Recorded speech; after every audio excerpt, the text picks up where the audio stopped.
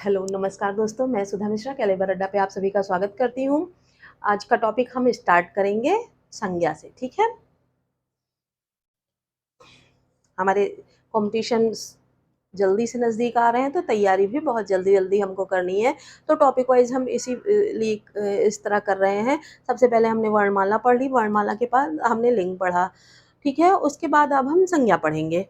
हमने जो सिलेबस दिया था, सिलेबस में टॉपिक आपको संधि का था, पर संधि का टॉपिक बहुत बड़ा है, तो उसको थोड़ा हम ज़्यादा एक्सप्लेन करने की ज़रूरत है। स्टूडेंट्स को ज़्यादा दिक्कत भी संधि में आती है, तो वो टॉपिक हम बाद में कंसल्ट करेंगे, उसके बारे में डिस्कस करेंगे। आज हम स्टार्ट करते हैं संज्ञा, ठीक है? देखिए, जब हमने वर्णमाला पढ़ी तो सबसे पहले क्या आया? वर्ण आया। समझने के लिए देख लीजिए, वर्ण आया। जब हम वर्ण को जोड़ते हैं तो वर्ण जोड़ के क्या बनते हैं? शब्द बनते हैं, ठीक? और शब्दों को जोड़कर क्या बनते हैं? पद बनते हैं, ठीक है? तो पद या वाक्य जिसको हम कहते हैं, तो हम पद को जोड़ के शब्दों को जोड़ के पद बनाए जाते हैं, ठीक है? तो पदों से ही हमें उसमें से आइडेंटिफाई करना होता है, उसी में से संज्ञा, सर्वनाम, विशेषण, क्रिया सारी चीजें निकलती हैं जो पद हम बनाते हैं। जैसे हमने एक पद लिखा, राम गाना गाता है, ठीक? देखिए संज्ञा आ गया, और इसी में से उसकी क्रिया आ गई, सॉरी, या इसमें हमने कह दिया अच्छा गाना गाता है, गाना गाता उसकी क्रिया हो गई, अच्छा उसका विशेषण हो गया, ठीक है? इस तरह से एक पद से ही सारे भेद निकलते हैं। तो जो ये हमारे संज्ञा सर्वनाम है, ये क्या है? ये पद के भेद हैं, ठीक है? तो पद कितने प्रकार के होते हैं? जब हमने पढ़ा पद, तो पद दो प्रकार के होते हैं, दो प्रकार के होते हैं, ठीक? पहला है विकारी पद और दूसरा अविकारी पद, ठीक है? विकारी और अविकारी सुन के आप कंफ्यूज नहीं होइएगा। विकारी यानी ये जिसमें विकार उत्पन्न हो, यानी विकार यानी परिवर्तन। विकार किसे कहते हैं? परिवर्तन को कहते हैं, ठीक है? जिनमें किसी के आ जाने से, लिंग, वचन, कारक आदि के आ जाने से जिनमें परिवर्तन हो जाता है, वो विकारी होते हैं। जिनमें कोई परिवर्तन नहीं होता, चाहे वो मतलब सदैव एक से रहते हैं जो शब्द या जो पद, तो उनको अविकारी पद कहा जाता है, ठीक है? हम थोड़ा सा भी इसके बारे में आपको लिखवा रहे हैं, दोनों को साथ साथ लिखवाते चलेंगे जिससे आपको दिक्कत ना हो। देखिए, विकारी पद, इधर हम लिखवाते हैं अविकारी पद, ठीक?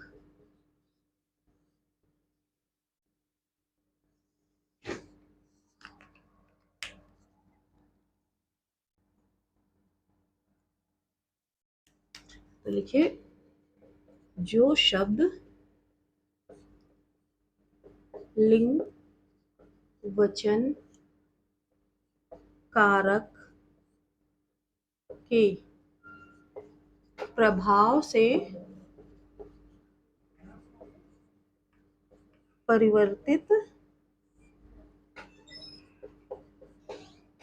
होते हैं, उन्हें विकारी पद कहते हैं, ठीक है? ये चार प्रकार के होते हैं,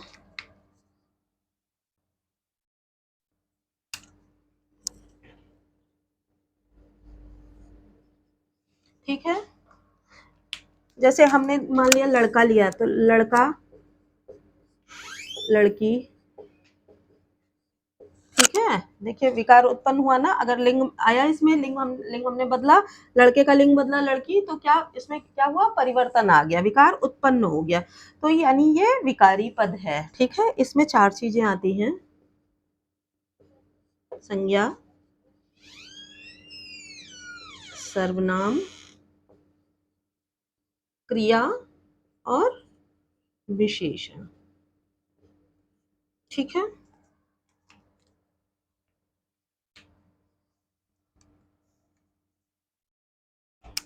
काल भी जोड़ देते हैं।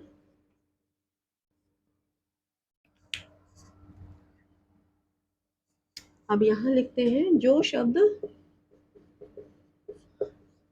लिंग, वचन,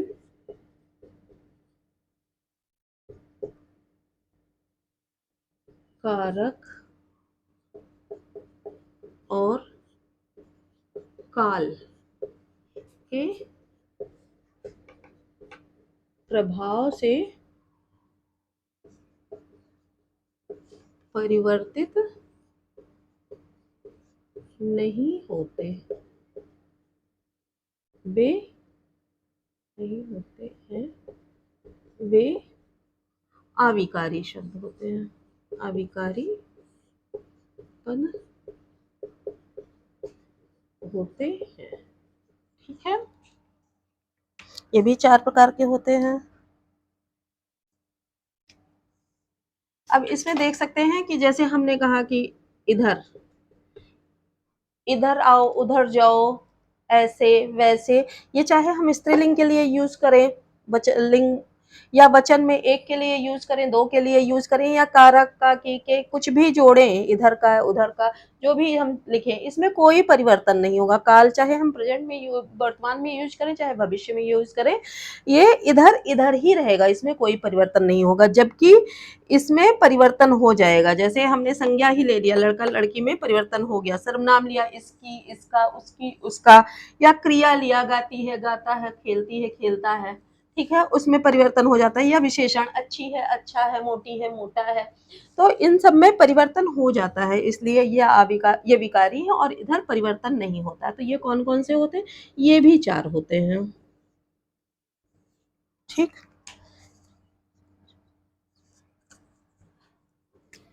इसमें है क्रिया विशेषण,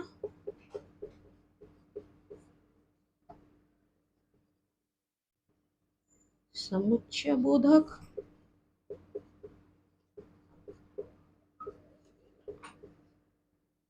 विस्मयादि बोधक और संबंध बोधक।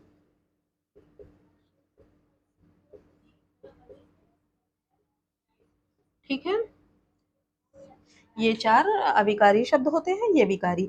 अब देखिए हमारे कोर्स में क्या क्या चीजें आ रही हैं, संज्ञा आ रहा है, सर्वनाम आ रहा है, क्रिया आ रहा है, विशेषण आ रहा है, क्रिया विशेषण आ रहा है। इतनी चीजें मैं आपको पढ़ाऊंगी ही पढ़ाऊंगी, इसके अलावा ये चीजें भी आपको बताऊंगी। ठीक है, थोड़ा शॉर्ट में और ज़्यादा एक्सप्लेन करना है तो इसके वीडियोस भी हमारे प्लेलिस्ट में है, आप देख लीजिएगा। अभी तो फिलहाल इतनी चीज़ें हमको बिल्कुल अच्छे से तैयार करनी है जो हमारे एग्जाम में आ रही हैं। ठीक है, तो आज का टॉपिक हम स्टार्ट करेंगे संज्ञा का। ठीक है,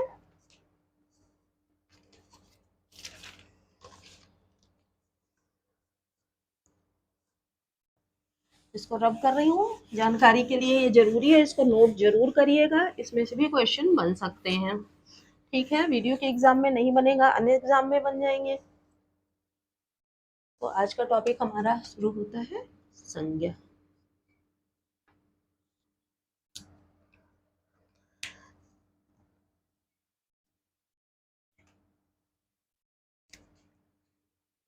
परिभाषा सभी को याद होगी, लेकिन फिर भी हम लिख लेते हैं। संज्ञा वह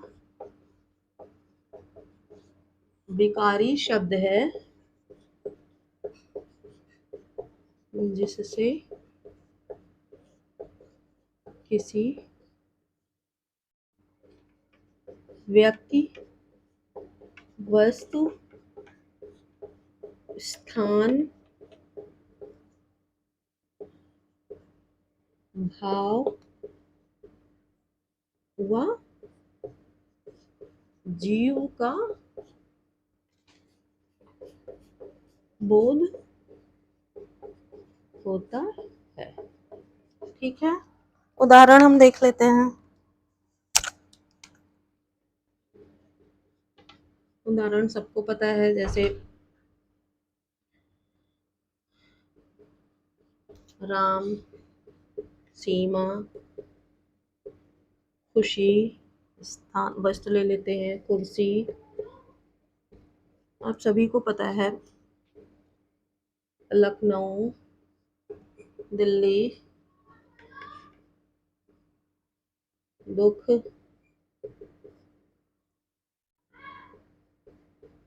कुत्ता, गाय। ठीक है, ये सारे उदाहरण हो गए। अब बात आती है कि संज्ञा के भेद कितने होते हैं। क्वेश्चन आता है संज्ञा के भेद कितने होते हैं। तो संज्ञा के भेद दो आधार पर हो सकते हैं। संज्ञा के भेद,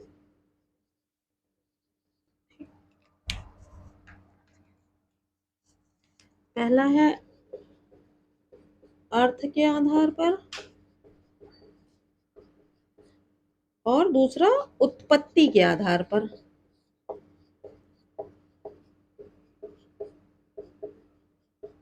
आधार पर, ठीक।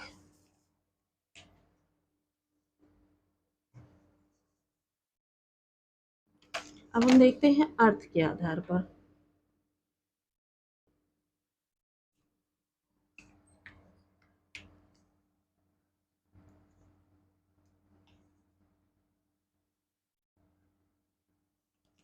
जैसे पहला हमारा आया व्यक्तिवाचक संज्ञा, ठीक। दूसरा आया जातिवाचक संज्ञा, ठीक। जातिवाचक संज्ञा में ही दो रूप इसके होते हैं, एक समूहवाचक, समूह या समुदायवाचक, और दूसरा क्या है द्रव्यवाचक। ठीक है, इन्हीं के आधार पर कई बार हमको संज्ञा के 5 भेद कई जगह लिखे मिल जाते हैं। ठीक है, और तीसरा और है भाववाचक संज्ञा।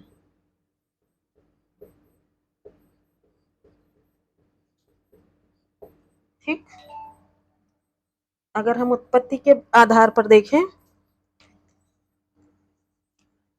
तो इसमें भी व्यक्तिवाचक, दूसरा गणनीय वाचक और तीसरा अगणनीय। ये इससे क्वेश्चन नहीं बनते हैं, पर हाँ आपको जानकारी के लिए इसको याद रखना जरूरी है। नोट डाउन कर लीजिए।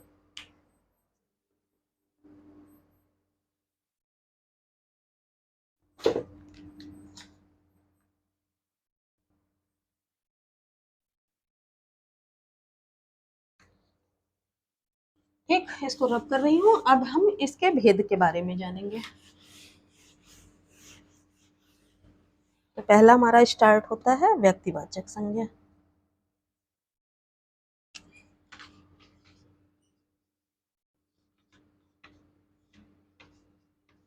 व्यक्तिवाचक संज्ञा, ठीक है।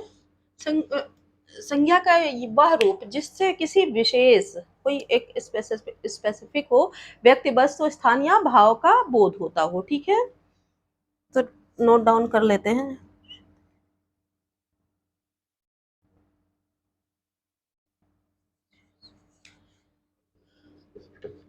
जो शब्द किसी विशेष व्यक्ति, वस्तु, स्थान, भाव,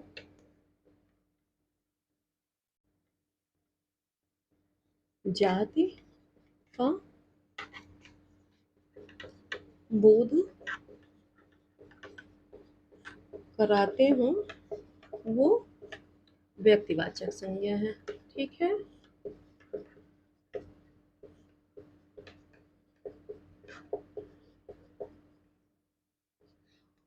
जैसे हम देख लेते हैं कि हिमालय सबसे ऊंचा पर्वत है। ठीक है, स्पेसिफिक है ना। हम पर्वत लेते हैं तो पर्वत में कई पर्वत आ जाते हैं, लेकिन जब हम नाम ले लेते हैं कि हिमालय सबसे ऊंचा पर्वत है, राम अच्छा गाना गाता है, यानी गाना तो बहुत लोग गाते हैं लेकिन राम जो है अच्छा गाना गाता है, सरिता पढ़ने में बहुत तेज है, क्लास में बहुत बच्चे हैं, लेकिन किसका नाम लिया गया? सरिता का। सरिता पढ़ने में बहुत तेज है, ठीक है। या मुझे यहाँ पहुंचकर बहुत खुशी हुई। पहुंचकर दुख भी हो सकता है, लेकिन नाम किस भाव का लिया? खुशी का लिया।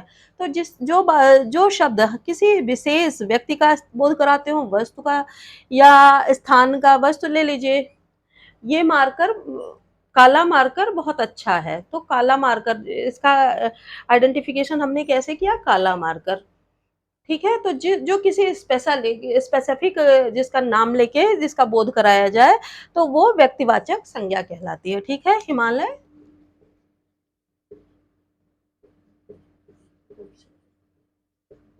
ऊंचा पर्वत है, ठीक।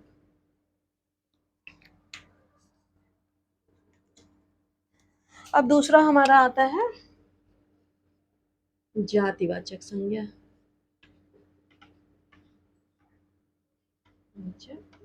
संज्ञा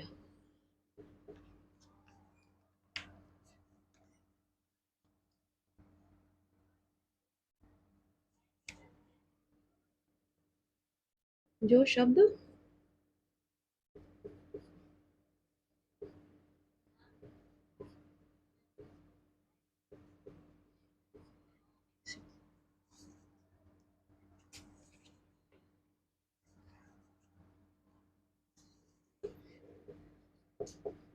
किसी प्राणी, वस्तु या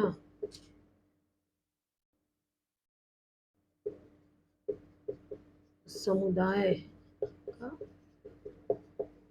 बोध कराते हो, उसे जातिवाचक संज्ञा कहते हैं। संज्ञा कहते हैं, ठीक। उदाहरण हम देख लेते हैं कि संपूर्ण जाति का।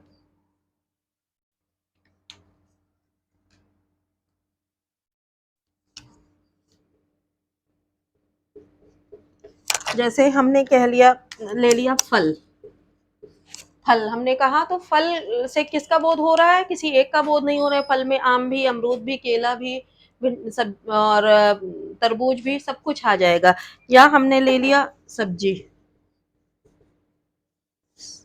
सब्जी से किसी एक चीज का बोध नहीं होता है। सब्जी से भिंडी भी हो गई, तरोई भी हो गई, कद्दू भी हो गया, लौकी भी हो गई, आलू भी हो गया, टमाटर भी हो गया, सबका बोध हो रहा है, ठीक है। या हमने ले लिया जानवर।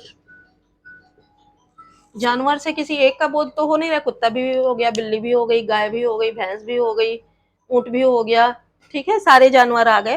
तो इस तरह से जातिवाचक संज्ञा आती है, ठीक है। जातिवाचक संज्ञा में ही आपको बताया था कि दो होते हैं, समूहवाचक और द्रव्यवाचक, ठीक है। देख लेते हैं द्रव्यवाचक संज्ञा।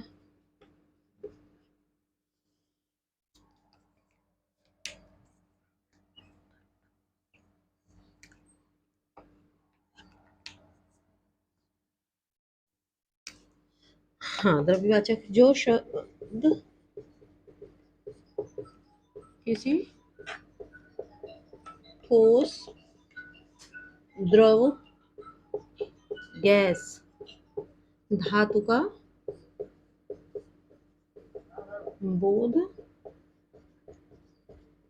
कराते हो, उसे द्रव्यवाचक संज्ञा कहते हैं।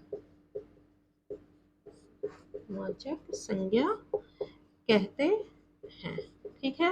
उदाहरण देख लेते हैं। जैसे धातु कोई भी हो गई, पीतल, तांबा, कोयला, हीरा, पन्ना, ठीक है। उदाहरण देख लेते हैं।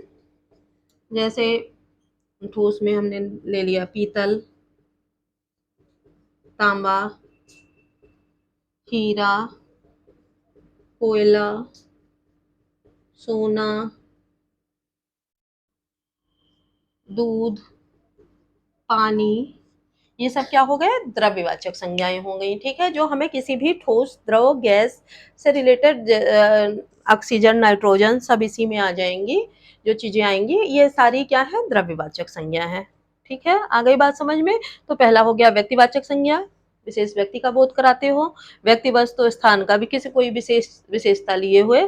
और जातिवाचक संज्ञा हो गई, किसी की स्पेशल जाति का बोध कराती हूँ, संपूर्ण जाति का। और जातिवाचक संज्ञा हो गई। जातिवाचक संज्ञा में द्रव्यवाचक, जो किसी ठोस, द्रव, गैस आदि का, किसी भी धातु का बोध कराती हो, तो वो द्रव्यवाचक संज्ञा होती हैं। इनको नोट डाउन करिए, आगे का आपको बताती हूँ।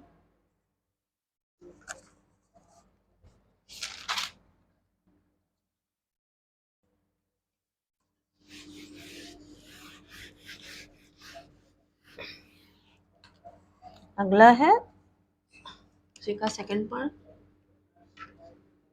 समूह। ठीक है, इसे समूह या समुदाय वाचक संज्ञा। ठीक है,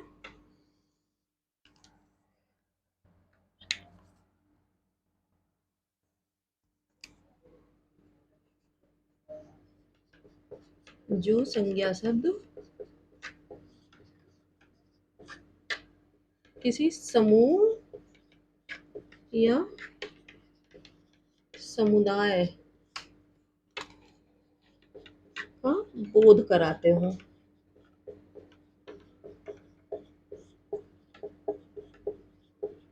उसे समुदाय वाचक संज्ञा कहते हैं।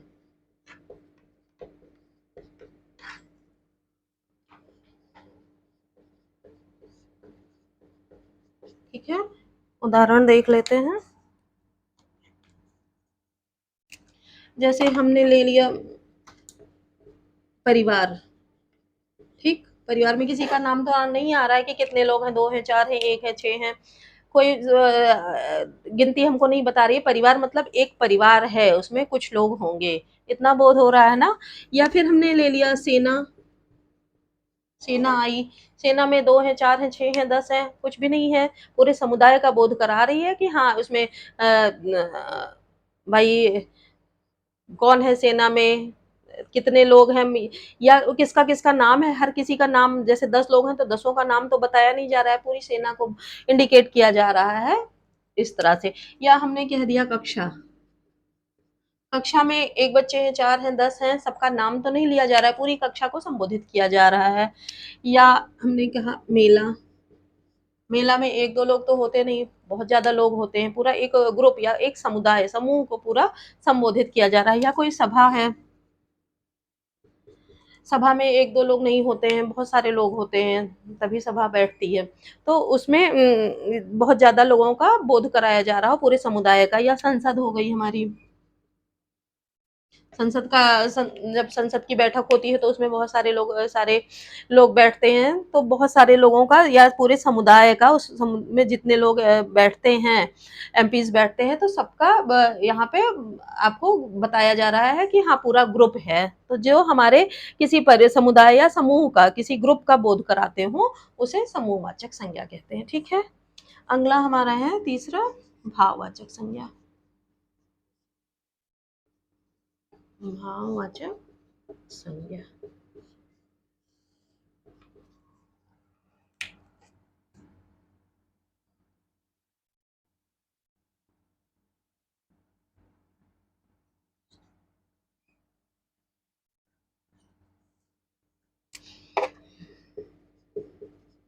जिन संज्ञा शब्दों से किसी व्यक्ति या वस्तु के गुण, दोष, दिशा,